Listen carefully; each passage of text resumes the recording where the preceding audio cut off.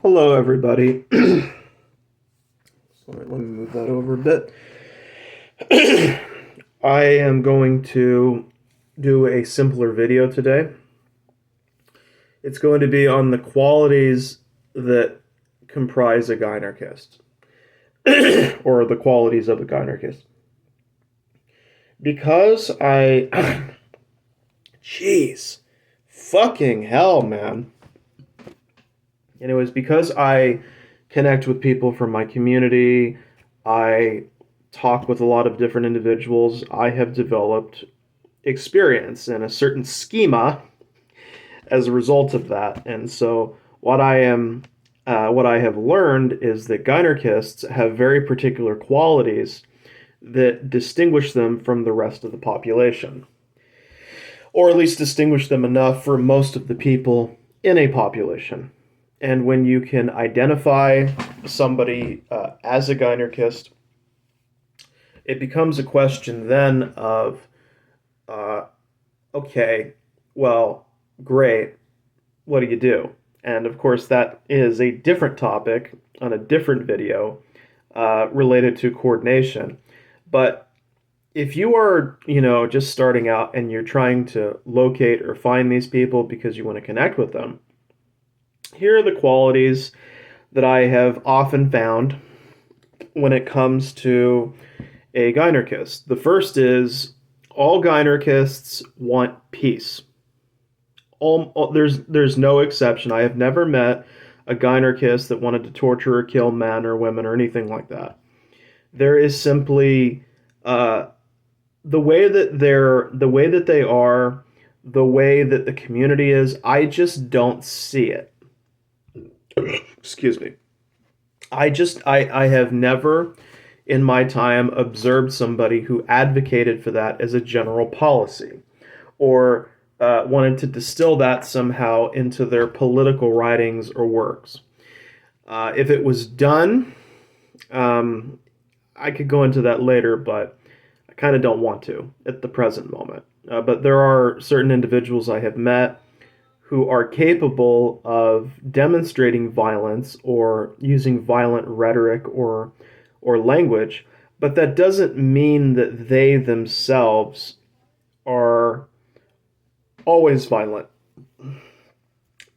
Now, another thing that's interesting too is not everybody wants peace as a gynarchist, but I can almost equivocally, almost without question, say that every gynarchist who is serious and sincere in their beliefs desires peace. The next thing I've noticed about gynarchists that is pretty peculiar about them is that they have a tendency to be involved in the worship of women. There is this almost, I want to say, this association where worship and being a gynarchist are almost inseparable.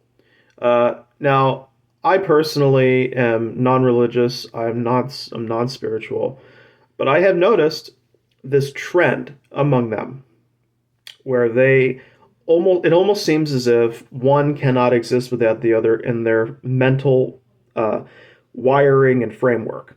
So that is something else that can comprise the quality of a gynarchist. Obviously, not every gynarchist shares the exact same qualities. So there are differences, there are distinctions, but they do, if you are looking for what they look like, there's that. The next one, of course, is a serious mindset. In other words, they are demonstrating seriousness through their conversations with you, they follow up on their interactions. In other words, they don't ghost you or give you hope and then ditch you at the last moment or whatever, or leave you behind. They're there for the long haul. So we're talking about somebody who actively participates in their community. You can see this in the Reddit groups, the Reddit gynarchy groups, where there are individuals who are doing this, who are regularly talking and discussing things in a serious, non-sexual, non-fetishized manner with other gynarchists. And because of that's how I know that they are very, very serious compared to the people who are just like, okay, they got their little bonus or or positive, or what is it? The word I'm looking for is supply, and then they're done for a while. They'll occasionally come back into the Gynarchic gas station to get a refill, but until then, they'll be going their separate ways. So we'll see them later, I suppose. That is something that you will notice. Another quality that I often find with Gynarchists is they tend to be highly educated. Um, when it comes to certain types of fields, like they're very educated when it comes to feminist literature. So when I start seeing a gynarchist, you know, quoting academic works or talking about academic works, like I know that an individual I've recently interacted with was doing that, that's how you know that they are not just, you know, it's not just a game. They're not just playing. You know, if they're bringing up information from academic works, if they're talking about historical transitions that took place, like for example in Japan, where there was a matro, I think, focal period that ended due to the Mongol invasion. When I start seeing this kind of stuff, it immediately lights off. It lights off. Like there's a light bulb that goes on in my brain and goes, "Oh, we got one right here." Okay, because this is what separates somebody who is just looking to jerk off from an individual who is very serious minded and will treat the subject with the seriousness that it deserves. Is they will start drawing upon actual, and sometimes you see this too. They'll talk about the actual societies that are gynocentric in the world. They'll try to relate them back and talk about the current day and how we can bring these ideas to the other societies or what we can learn from them. So this is another way that you know. One of the other qualities that I have noticed about gynarchists is that they tend to be. What's interesting is they tend to. I know this is going to sound weird, but they tend to not have a particular political persuasion. That is something that I was surprised by the more I learned about this community. Which, in other words, there are liberals who are gynarchists. There are conservatives who are gynarchists. There are independents who are. There are people who don't even care about the political system who are also gynarchists. It is literally impossible to narrow it down based on politics, but it's also something that stands out, which is equality. A quality that you find in the gynar community among gynarchists is that there is no strict consistency in the political identification of these individuals. And it's not by accident, like they're not doing it in a calculated manner, trying to create the illusion of diversity. It's just a diverse group of people who happen to all agree on the same thing, which is they want women running things. How about that? I'm probably gonna end this video a bit early because I'm a little tired. I haven't been feeling the greatest today. Mostly because I had something like a huge gas buildup. Like they're just the worst things you can go through. When they happen, it's like the gas doesn't want to come out, and it feels like it's building up in your chest or in your body, and it's extremely unpleasant.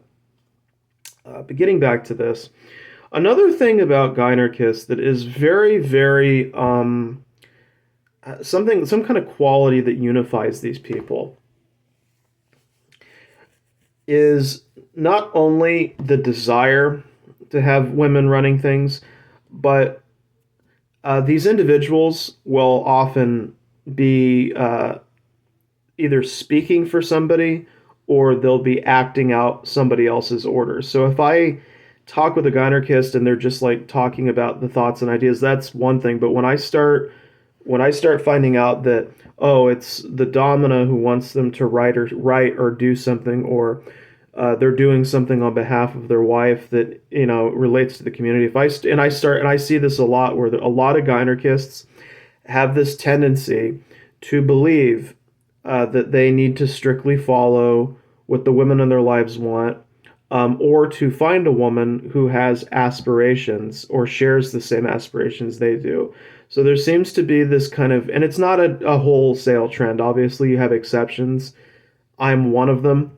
You know, I have somebody who's not exactly.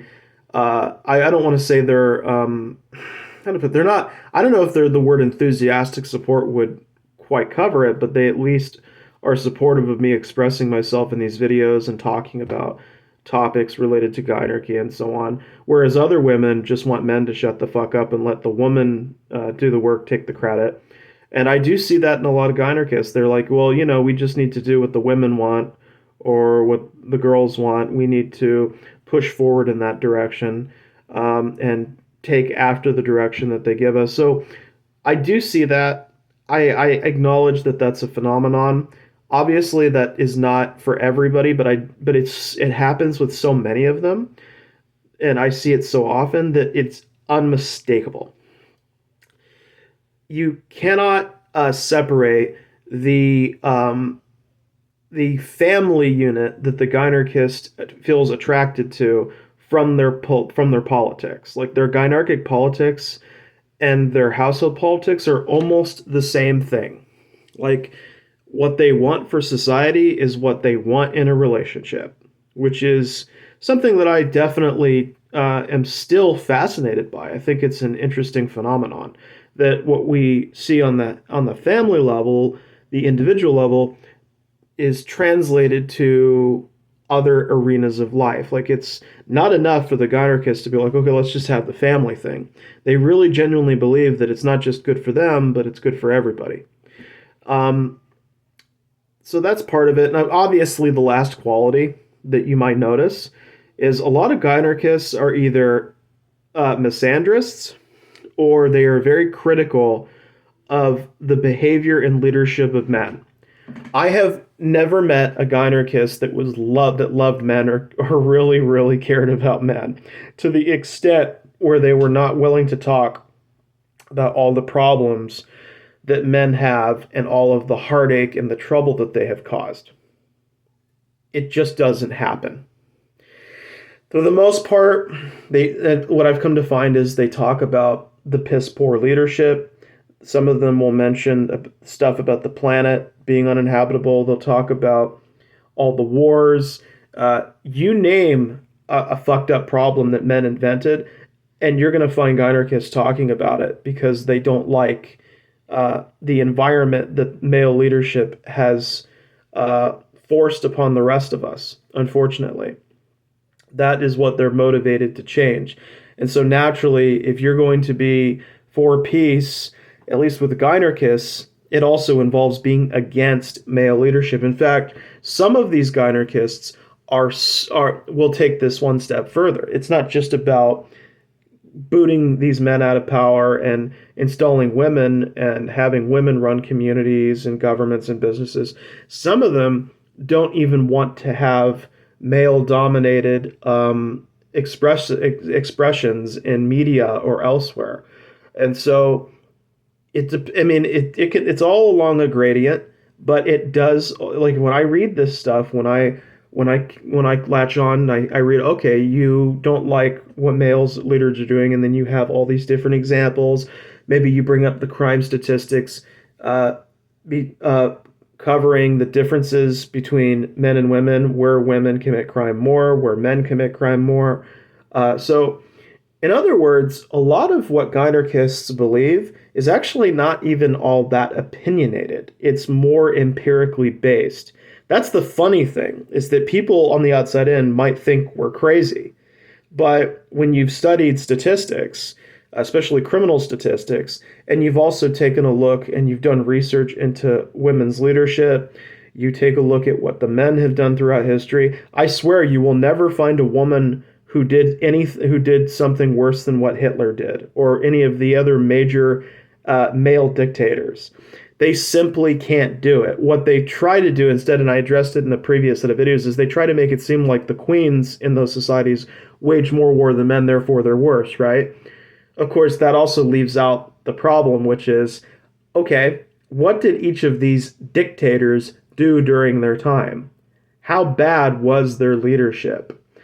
There's not one queen that did anything worse than Hitler. No way. Not a chance.